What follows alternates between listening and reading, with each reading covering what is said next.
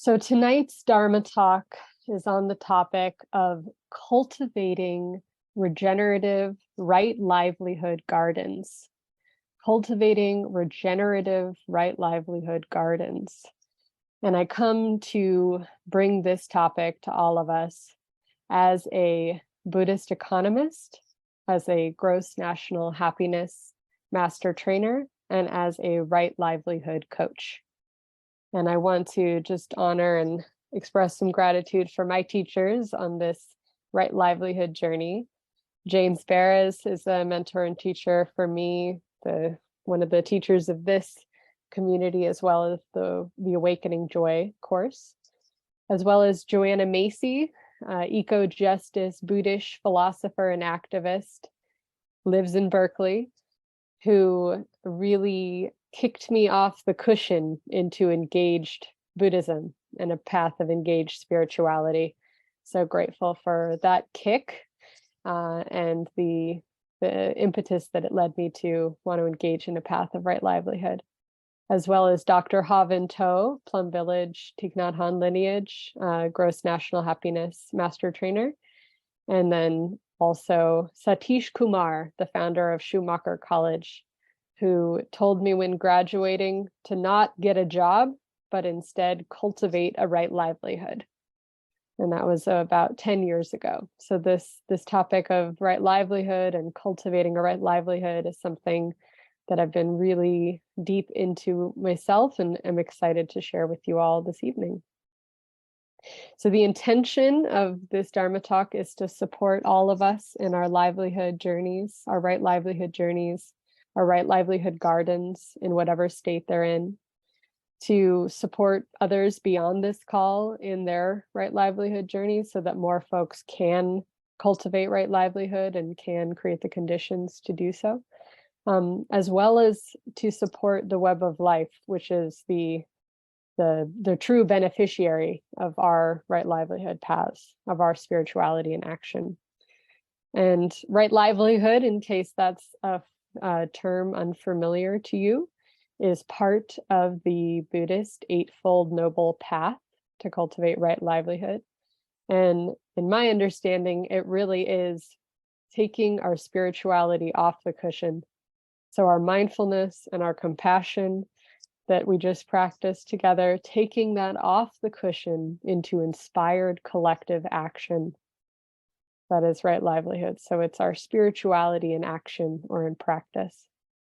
And wherever or whatever your right livelihood garden looks like is welcome, whether your right livelihood garden is flourishing or maybe even overgrown or abundant, that's welcome. Or whether it's feeling barren, maybe there's not much growing there right now, that's also welcome. And this evening is an offering of a metaphor for us to consider our right livelihood gardens and how to cultivate right livelihood. So one thing with right livelihood is it is a path or a journey, not a destination. So again, wherever you are, you have a right livelihood garden. You have one now, whatever form it's in, that's where it is now. So right livelihood is not a destination, it's a path, it's a process. So if you're studying, or if you're retired, or if you're in lots of different employments, that is how your right livelihood garden is looking right now. And all of those are welcome here.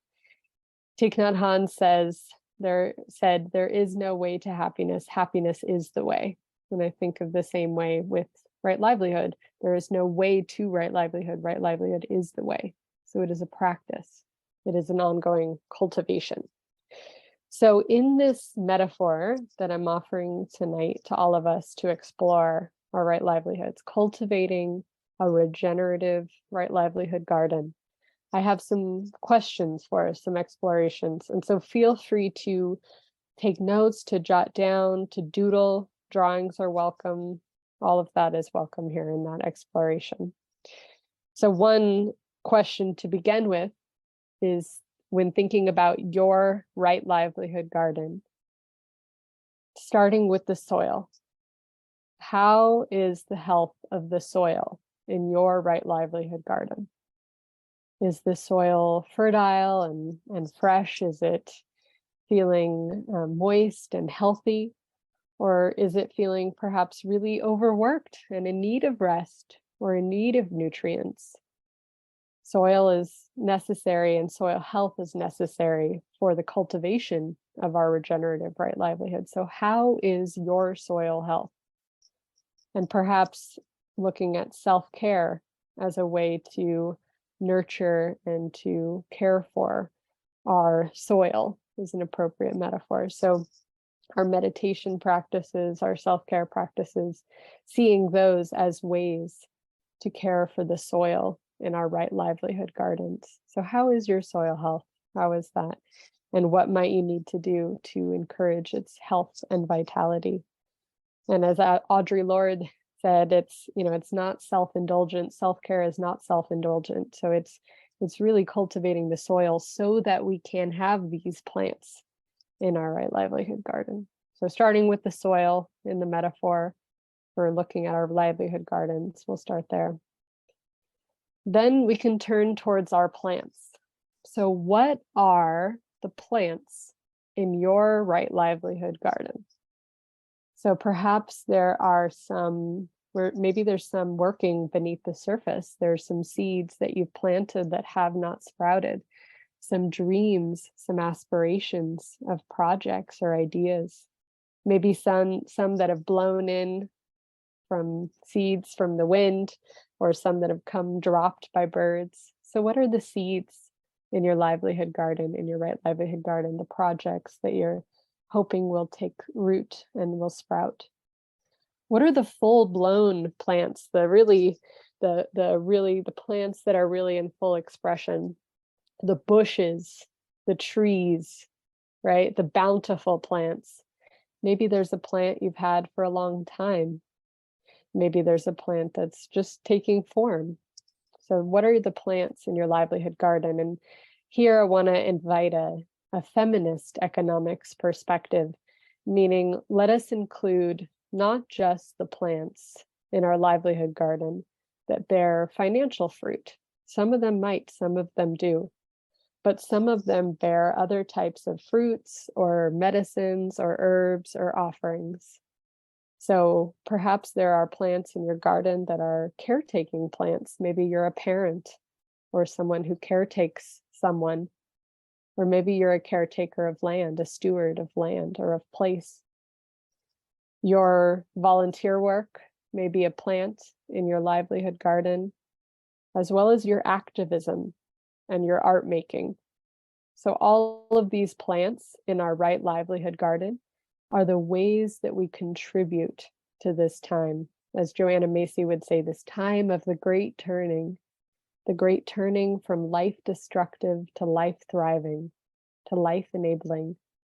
So what are all the ways that you participate in the great turning, that you turn towards life, that you contribute, that you take your spirituality off the cushion and into action, into your daily life? So those are the plants in your livelihood garden. So what are they? What are their forms? What's the health of these plants? Are some of them wilting, maybe in need of water or attention? Maybe a plant is in hibernation, a project on the back burner, so to speak, something you're thinking about getting to at a later time. How do you keep it alive? How do you water it or feed it, nurture it?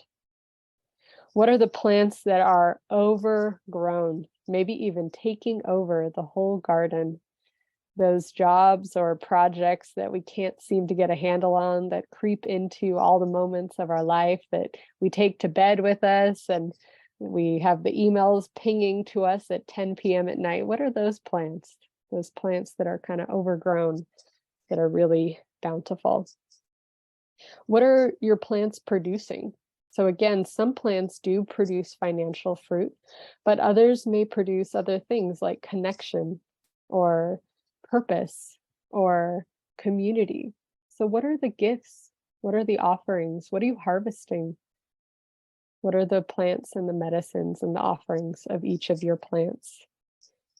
And what are the relationships between your plants? So perhaps you have plants that are cross-pollinating or that are companion plants. For example, one of the plants in my Right Livelihood garden is hosting a podcast about economics. And then often folks will listen to the podcast and then see that I offer coaching and consulting and reach out for that. So you see they're companion plants in my Right Livelihood garden. They support one another. Maybe they shade one another or they cross-pollinate. So they're companion plants in a way. So what's the relationship between your plants? And which are the plants that you may share with others? Maybe there's some connections beneath the soil deep that are connecting across gardens to other plants. Some projects or initiatives that you're a part of a team or a partnership on. What are the plants that you have cuttings from that are global initiatives or movements for social change? What are the plants that many of us have in our garden that we share collectively?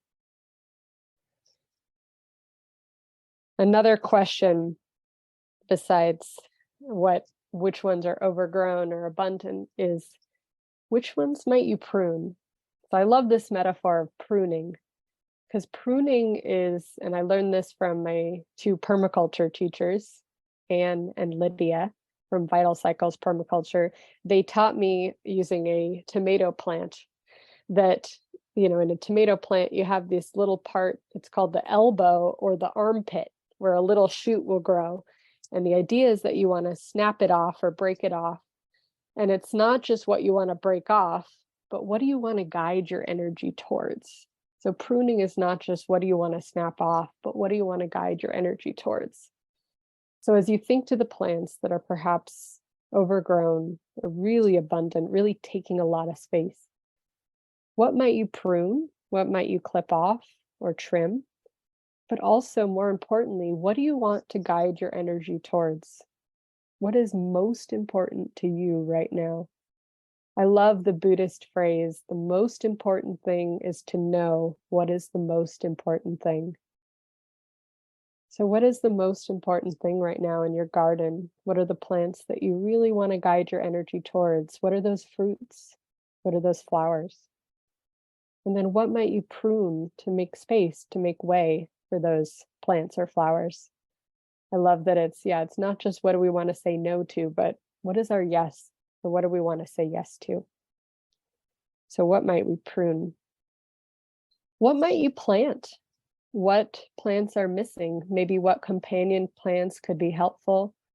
What are some of the needs that you're feeling right now? Maybe a need for community or connection. I know for me, when I'm doing a lot of work that's very sedentary, then I have a need for work or contribution that's more active, like planting trees or picking up trash. So I try to plant plants that have embodied characteristics to balance more heady and more sedentary work. So what companion plants might you seed, might you plant, could you use right now in your Right Livelihood garden? And then comes composting. And I love this metaphor too, because composting in this Right Livelihood garden is not just dying or death or going away, but it becomes nutrients. It is redirected towards the health and vitality of your garden. So in your life, what plants have you composted? And have you made peace with those? And could the composting metaphor help not just that failed or that died or that project didn't go well, but that I learned from it? Maybe there were things that you gained from it, or there were ways that the fact that that plant grew to whatever capacity it did, that it went back into the soil to nurture and care for the rest of your garden. So what have been the plants that you've composted? Maybe you're still grieving in that path, or maybe you let go very quickly. It was easy to uproot and throw them in the compost pile. Which of those plants have you composted, and which of those plants do you need to compost now? Which ones are in the winter of their season, or no longer producing, or time to go in the compost pile? So which of those plants need to be composted right now for you? So a few questions that often come up when I share about right livelihood. One of them is a lot of folks will describe the pressure that they feel for their livelihood garden, their right livelihood garden, to produce financial fruit.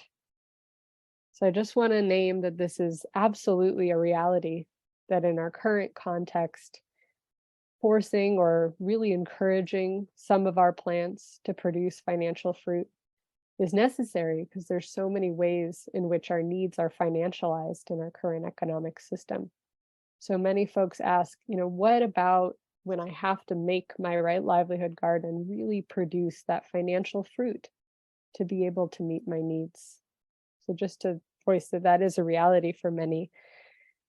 So one thing to consider is, yeah, would we force a garden to produce a particular type of fruit? And what about the seasonality of things? And I like to think about the practice of sabbatical, coming from the Hebrew word Shabbat, the rest on the seventh day, or the rest of the seventh year. So my understanding is the origin of sabbatical being one year every 7 years is that it comes from the tradition of letting fields rest once every 7 years. So yeah, what if we were to embrace more of a culture of rest and not having to force our plants to continue to produce? That's one question. But if we do have these very real financial pressures on our right livelihood gardens, what might we do? So one thing that I've seen folks do in this case is related to the ecological principle that diversity builds resilience. Diversity builds resilience. So in a garden, if you have diversity, it builds resilience of that ecosystem. So in the same way, if we have one financial plant in our garden, might there be other plants that can support it or can build diversity of income generating sources so that we may have resilience in our own financial needs? So that's one thing people do. And that's one thing that I try to do is I have a few different plants, some that produce little but consistent financial fruit, and then others produce more financial fruit when needed. So how do those relationships and those different dynamics of diversity and income generating help with your financial resilience?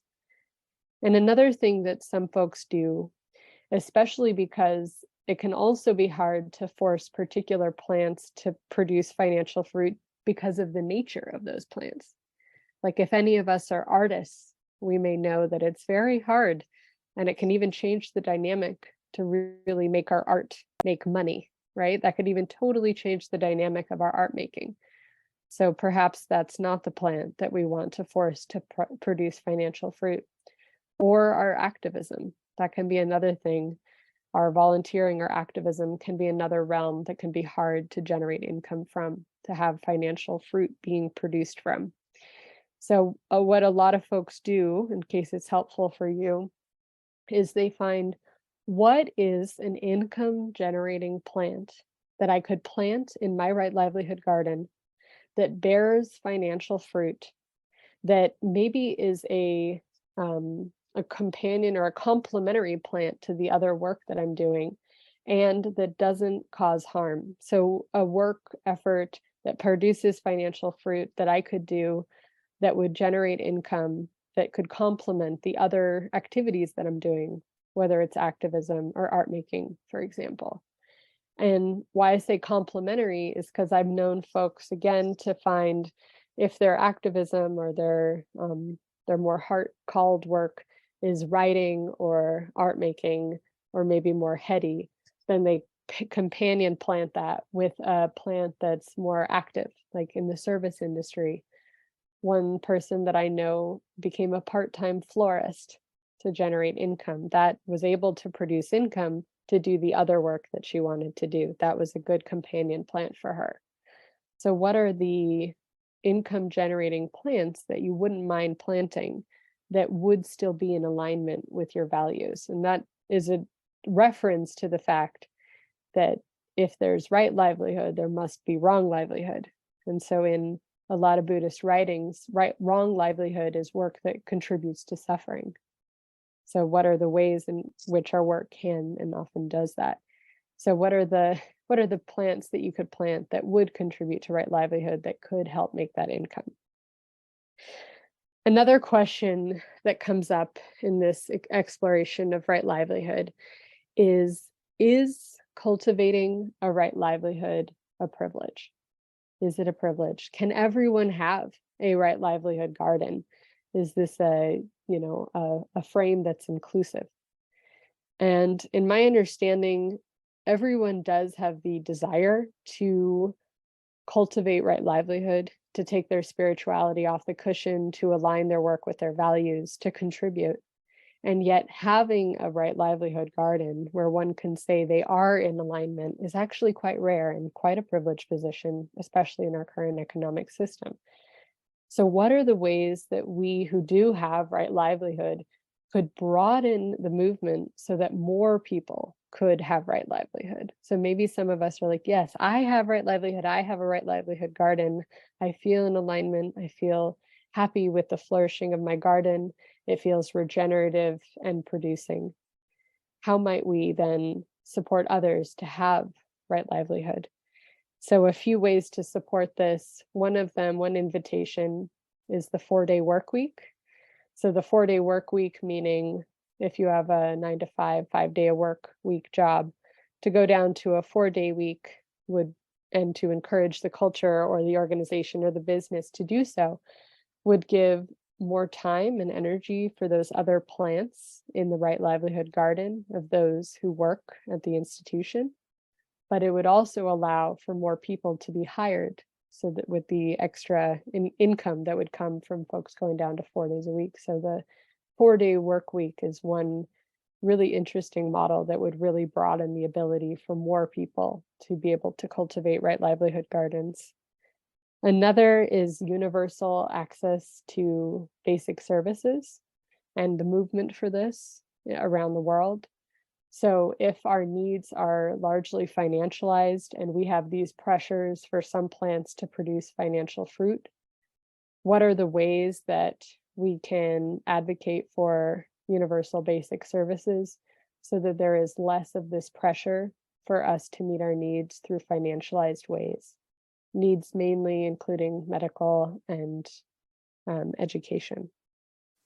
Universal access to basic commons is another one that can be really supportive for folks being able to meet their needs and not have to pressure their plants to be income producing or financial producing. Um, and then, as well as in the global South, debt forgiveness in the global South and reparations and the land back movement. These are ways that more folks, particularly in the global South, could be able to cultivate regenerative right livelihood gardens. It would decrease the need for the monetization and also increase the access and ability to do work that is in alignment with one's right livelihood. And then the last question, and then we'll turn towards what's coming up for you, your thoughts and feelings, and your own tapping into how the health of your right livelihood garden is feeling and looking, is sometimes folks say, where to start, or sometimes folks are wondering what to plant in their right livelihood garden, or even wanting to make a shift to cultivating more of a regenerative livelihood garden, but not knowing where or how. And so an invitation for those folks, if that's anyone here who's looking for which plants to plant or how to turn towards more regeneration in the cultivation of your garden, comes from a quote that I love by Frederick Buechner, a theologian, who said, "God calls us to the place where the world's deepest hunger meets our deepest gladness." So I like to reframe that. What if a compass point or a direction or an intention for our right livelihood garden plants could be that connection point of where does the world's deepest hunger show up in you, and where does that meet your deepest joy and gladness? So what is it that's breaking your heart or that moves you? Where is the world's deepest hunger showing up in you?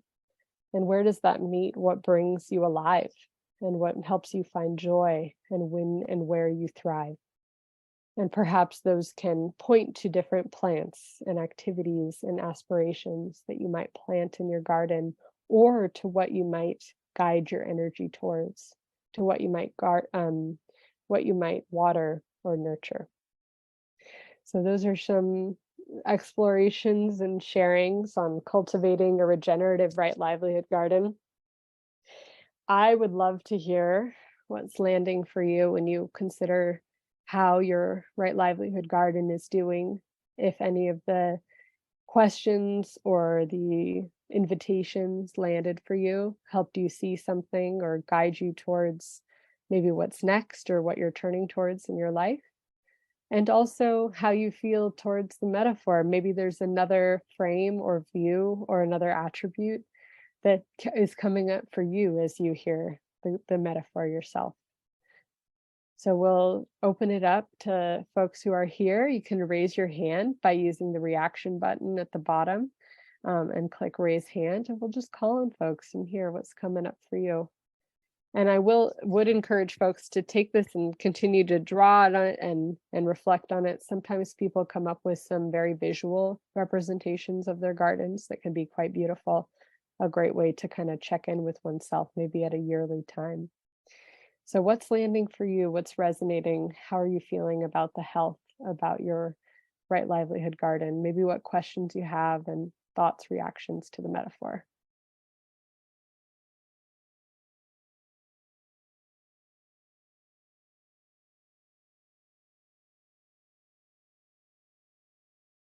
John, welcome. So one of the things I like about the garden metaphor is to develop a livelihood often requires a lot of education, training, apprenticing to journeymen and master carpenters or whatever. So it's I don't know if you want to say anything about, identifying you have a little seed and you need to grow it and you need to develop the skills to be truly useful in many vocations, many livelihoods. Yeah, thank you, John. Like I said, I love when sharing this because folks come up with things I didn't even think of. So one thing I'm hearing for you is, we may plant a seed and have an aspiration, but then we may have many gardeners who help to come and support that seedling, like mentors and folks like the folks I mentioned for myself. So yeah, thank you for bringing that in. Who is it that helps us grow and nurture those seeds, right? I think that's a beautiful question.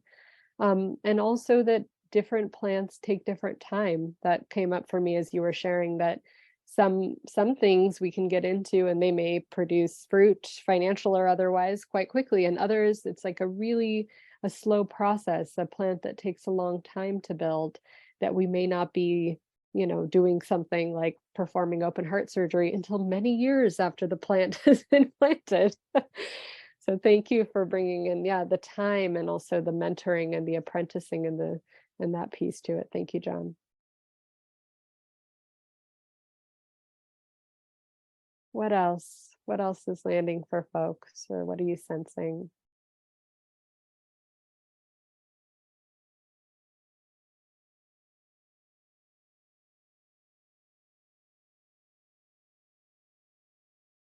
Would anyone like to share how their right livelihood garden is looking and feeling? Maybe the plants in it or the soil health or just what you sense when you check in? Bill, welcome.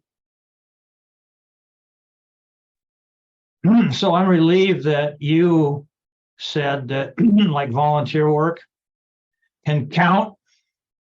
So I've been volunteering at an elementary school for 25 years. And I do a lot of stuff there, and I'm generally very gratefully appreciated. I will not bore you with a long list of things I do there. But in terms of feeling connected and a sense of community and contributing and being appreciated. Now, on the other hand, The way I make money is I lend money out at very high interest rates, which some people would say that's not good karma. Also, I sustain risk and take money from other people, called trading. Okay. So I like to think I'm breaking even on the deal. I mean, to think that I'm going to go out, and I used to work as a moving and storage guy, or do something, I don't know what I would do exactly to get money, but I'm happy to have a modest lifestyle and then participate with all these people that I really, really like and contribute to. So if you'll sign off on it, I'll keep going. Oh, thank you, Phil. Yeah, no, I appreciate that you resonated with the volunteer role being in there, and oftentimes parents really appreciate that parenting is in there as well. That there's many ways that we contribute, as well as our art making and activism. And yeah, I would say for me, there's this quote, and I don't know who said it, but it's something like, "It's hard to live right in a wrong world." And I wouldn't necessarily say we have a wrong world, but what I understand from that quote is that, again, considering the financialized, the ways in which our needs are very financialized, and it can be very hard, particularly for those of us who live in the US. How to meet our needs can be a very tricky thing. And so my best understanding of how to check in to whether we have a plant that is healthy and producing for right livelihood is to sense into, is it causing suffering? You know, is it connected with greed, hatred, or delusion, and is it contributing to suffering? And sensing in to the qualities and conditions of that, and where we can, to alleviate that or to turn it towards something more healthy or healthful. So I trust that you're in tune with that in your own day-to-day, and that you're turning towards the ways that you can contribute to thriving and to alleviating suffering. But I think that would be kind of the investigation. Okay, Does that good. make sense? Thank you. Kimberly, welcome. Aloha, everyone. Two things came up for me. Correct me if I'm wrong. You may have spoken this, and connections are not always perfect online. I don't know if you spoke about intention, because for me, I think that that's the biggest barometer for me, or for anyone. I don't want to say easy one, but an easy one for me. Or if we're putting forth good intention with what we do, I think that's step number one. But it's actually part two to that. What's funny is how others make assumptions about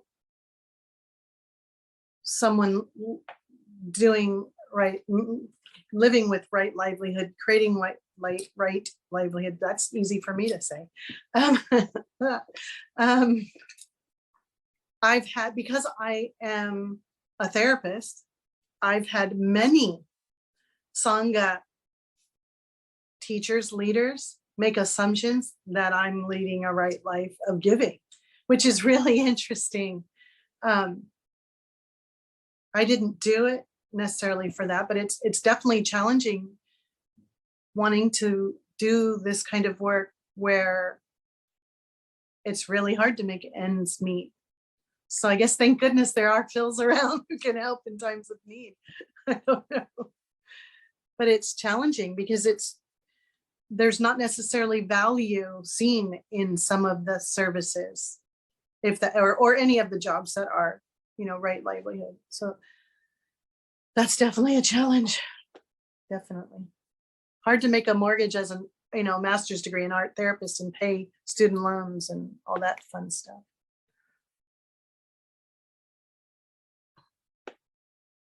Thank you. Yeah, thank you for bringing in intention. That's a beautiful thing to bring in, especially when planting plants and also thinking about the pruning and the composting. As well as relatedly, I know some people like to have like maybe a name of their garden or a sign of their garden, like a calling. Bill Plotkin would call this your mythopoetic identity. So sometimes a garden can have like an aspiration or theme that kind of encapsulates the whole thing. I know, like for me, I really resonate with renegade economist is kind of like the theme of my garden. Um, and yet I also think of Ram Dass and how he speaks about the different planes of reality and how our kind of mythopoetic plane or like calling or aspiration, we need to hold that lightly because that can also be very ego driven. And also we may lose the ability to provide at that mythopoetic identity level. So to hold that lightly feels important too. And then, yeah, I think you're naming what I really tried to articulate, which is just this very real tension of our deep aspiration to be of service, to contribute, to take our spirituality, our mindfulness, and our compassion off the cushion into action, and live in our current economic system, where many of our needs, like mortgage, is something that we have to meet in financialized ways. So just appreciating and acknowledging that tension and that folks are doing the best they can. So, and also, how do we broaden the systems and create that systems change so that more people can access right livelihood and cultivate it more easily? So thank you for bringing that in too. And it's a real challenge, if I may respond, when people seek my services and I'm trusting that intuition when they're asking for me to give. As artists, we're often, it feels, I don't know if this is true, but often asked to give a lot to the community. You know, every time there's a fundraiser, a lot of people are asked to donate, but it's interesting. But it's so difficult when an individual wants something that I can't give, or if it's not at that moment, where I often give free services, but not if it's not that moment. And it's so challenging, being very kind and being mindful and saying, right now that's not possible, but I'll keep your email, or that kind of thing, like keeping that right intention going along with our right livelihood. Thank you. And yeah, you're reminding me one thing that I've learned about the gift economy in general, and the gift economy as a theme and a practice, is that it's not just about giving, but also about asking for what we need. And so just as we practice the gift giving and the generosity and the dana, are we also able to ask for what we need when we need it? And it can actually be very hard to ask for what we need and also to receive. And so I love this reframe of indebtedness in a community way, as indebtedness is like, mutual reciprocity, and mutual indebtedness is what strengthens communities, But when we are not indebted to one another, when we like pay for services and our financialized needs, then we cut off those relationships. So yeah, thank you for reminding me of that. Who else would like to share? What's going on in your right livelihood garden? What are the questions that resonated? What did you notice?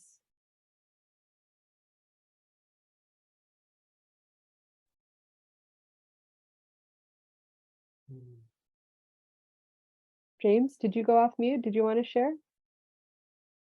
I'm not sure who I spoke to.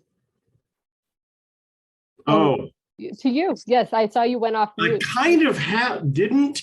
I had a lot of thoughts about this. I don't have a garden anymore because I have, first I had a seizure, then a second one a year later, and to manage a whole house. And I did not want to live with somebody else. God, no. So, I had to, I sold it, but there was a lot of gardening. It was beautiful. My nephew has a co-op in another state, and they raise organic corn and beans. But even in this little place in San Rafael, I had, I had lemons and I had olives and corn and yeah. just a lot of things. Gosh, there was even grapefruit, China berries. Oh gosh, I had tobacco. We used to grow tobacco for prayers. We got it from the nation. And so I would use tobacco and use it for prayers and things like that. Yeah, I do miss that. I think that's the only thing that I really don't miss. I really needed to not to be able to manage everything, and I needed to bring it down, and there was no other family to live with. So, you know, I understand that and I accept that. And I've talking about the having to do with student loan and having been a therapist, having a seizure was one way to cut off the student loan. Ironic, but you know, life turns. But I do miss the garden. Where I'm living now, there's a garden, but I can't get anybody to, they just want to grow flowers, for God's sake.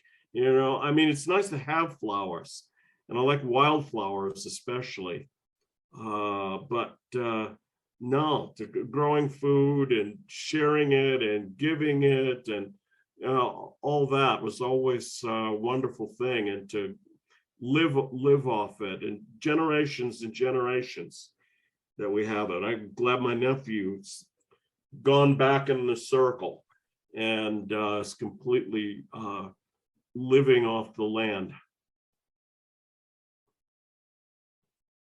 Wonderful. Thank you for sharing that. And yeah, you're reminding me too of continuing on with the metaphor that perhaps we don't just grow and collect the harvests ourselves, but how do we also share them, right? Share them Yeah, with it's our fun. families.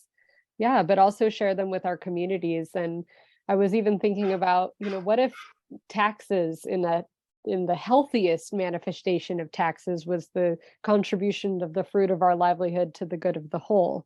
Of course, that's not how our taxes. Oh, Kimberly's showing a plant. Beautiful. It's so But- interesting how some plants are almost like it's like having a pet or a companion animal. Certain ones, like lettuces that grow all over it, squashes.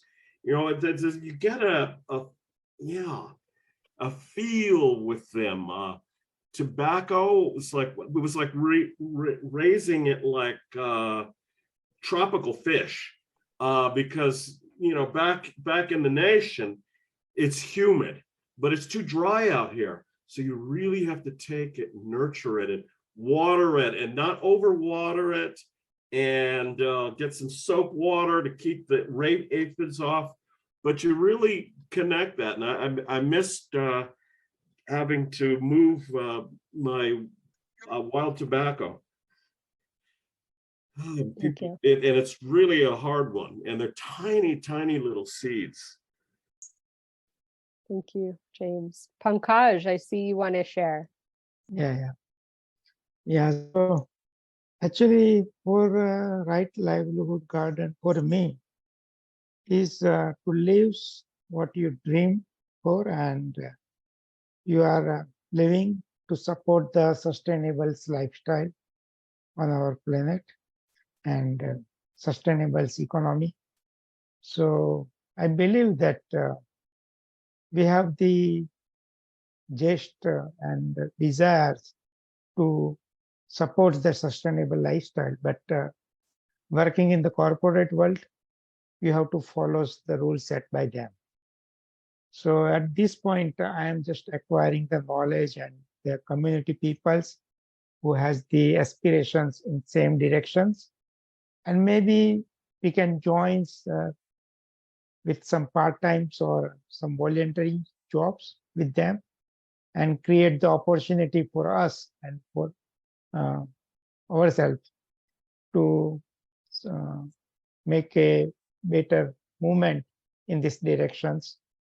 So I am working as an IT professional. So for me, my IT profession is just to support the financially for me. But my passion is to work and to work for the organizations or NGO or some institutes which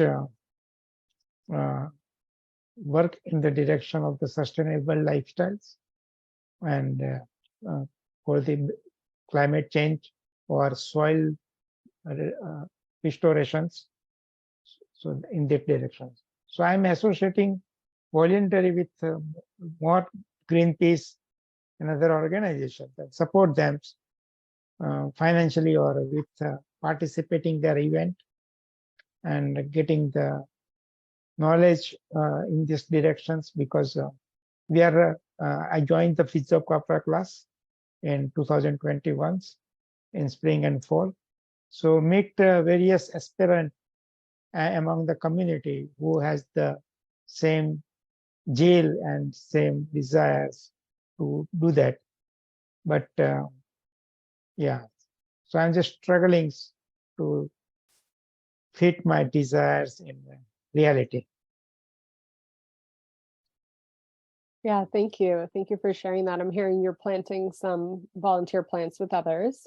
And I'm also hearing you're having at least the one plant, the IT plant, that bears that financial fruit that allows you to have these other plants in your garden that are more volunteer related.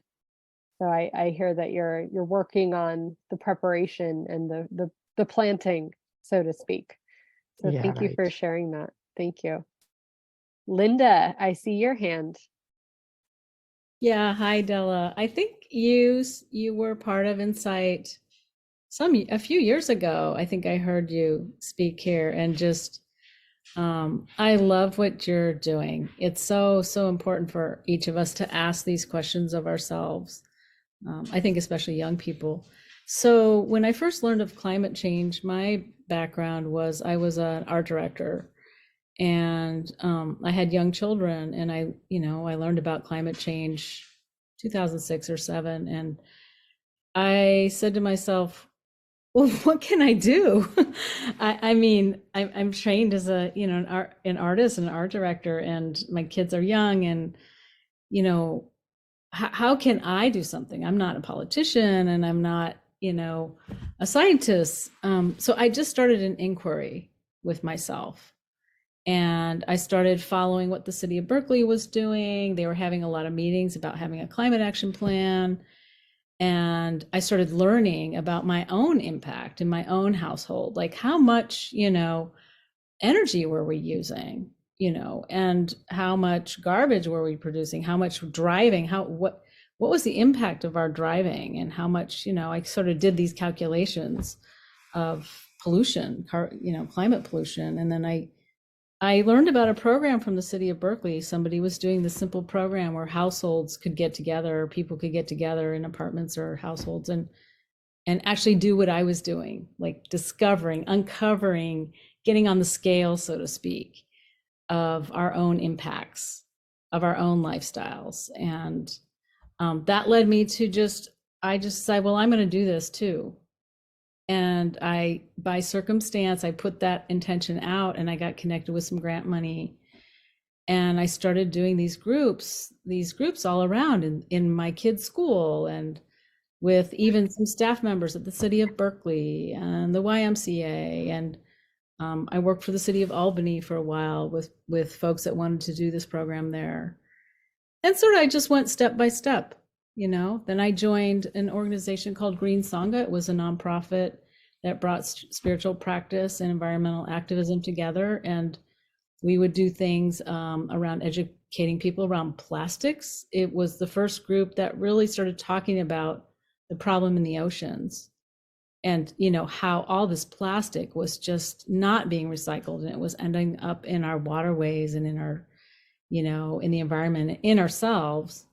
And we did a lot of advocacy around, trying to ban plastic bags, starting at farmers markets, and did some fun stuff around that at the state level. So I just step by step, and now I have a nonprofit. It's volunteer and, grants, both. And I do other things too. My husband has a small business, and I do admin work for him, but, I think it can be a hybrid. I think there can be, you do what you can do, and, you make peace with yourself that you're doing the best you can. And you keep, like for me, like I keep in the nonprofit I have is called Transition Berkeley, and we've done a lot of education, but in the last few years we've been doing work around habitat, and in particular installing pollinator gardens through the work of volunteers in parks and schools, and educating people on why the pollinators are so, so important to our environment, to ourselves, and our future. And we've been doing a lot of work around repair, and why, we can't just keep taking resources and throwing them away. Like many of the items we have, we can repair them with a little bit of help and maybe some parts. So we've been doing like repair cafes and a class for high school students. So I just encourage myself to like keep open to new possibilities, and to join, you don't have to reinvent the wheel. You can join the efforts of others, or like the one speaker said, your work could be focused and centered on, an organization that is aligned with your purpose, with right livelihood. So I just think that every young person going through school, this should be something that should be part of the curriculum. Not like the goal is to make as much money as you can. Like, what kind of future, what kind of planet do we want to have? What kind of community do we want to have? So I just love your work, and I'm so happy to see you here today. And I want to share this recording once it's ready on Dharma Seed or here at Insight. Thank you so much. Thank you. And thank you for sharing about your Right Livelihood Garden. And yeah, I agree. It would be beautiful to just share the idea of right livelihood and ask that, like, what's the contribution that you want to make? Like, kind of reframe that. And I do think it's a really interesting time, particularly in the Bay Area right now. We have a lot of layoffs, particularly in the tech industry. I have so many folks who reach out to me who are like, I want to leave an extractive or exploitive job, or I've just lost my job. So I don't know if folks have been heard, but this is called a time of quiet quitting, or a time of COVID was called a she session for how many women particularly dropped out of the labor force. So there's just a lot of rethinking of what is work, and reconsidering what is it that we each can do during the challenges that we're facing. So yeah, thank you for bringing that up. And Kimberly, our last word, and then we'll close with a meta practice. Awesome. Della, I have a question for you. An experience I had with someone in another Sangha. I love, by the way, Green Sangha. Oh my gosh, that was incredible. This person said, oh, well, everything you guys are talking about, basically we were talking about right livelihood in our group. And he said, I'm in corporate America and it's all BS, and electric cars are BS. And if you guys knew all the BS, and it was just like, okay, but again, with right intention, right? But I obviously didn't feel that I had the right words. I just wonder if you could help with something when we feel a little bowled over from when someone pushes back against this beautiful, at least idea. It's,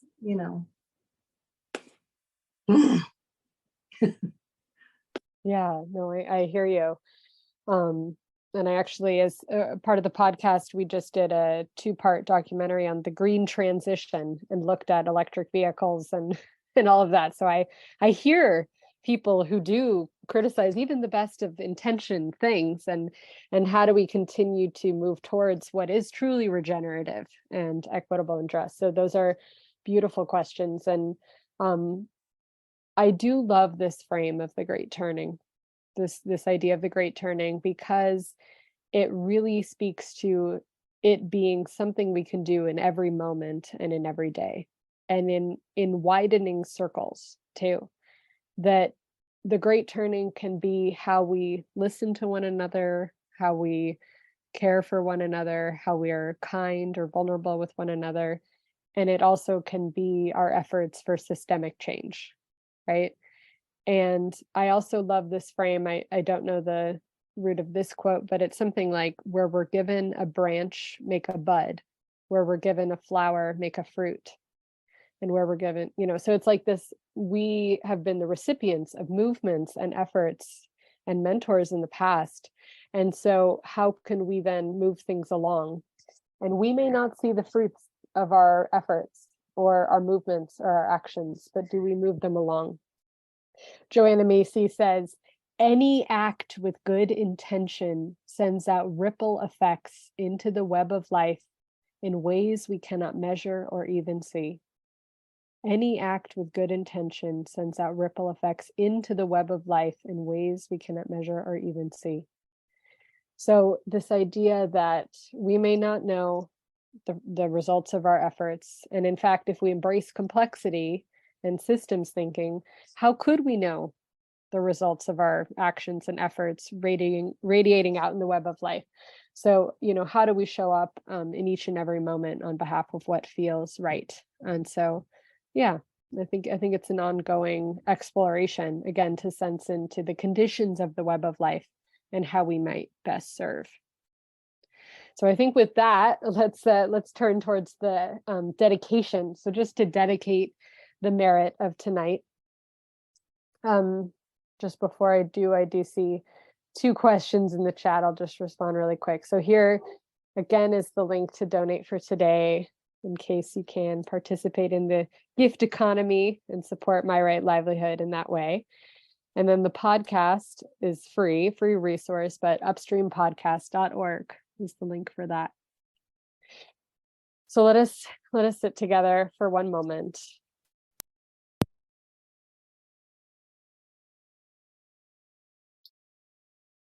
Let us sit together and let us take a moment to appreciate all that was shared, all that was learned, the presence, the attention, the reflection. And may the benefit of this evening, of our explorations, of our efforts, our insights, our actions, may they be of benefit to the web of life. May they ripple out in ways we cannot measure or even see.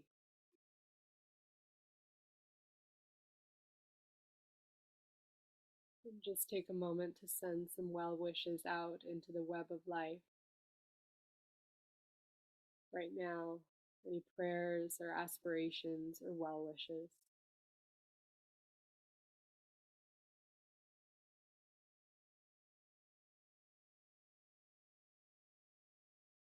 And may you also open to receiving the gifts of this web of life that you are a part of, knowing that we are each a node, a jewel in a vast web, and there is nowhere we can go where we are not held in this web of life.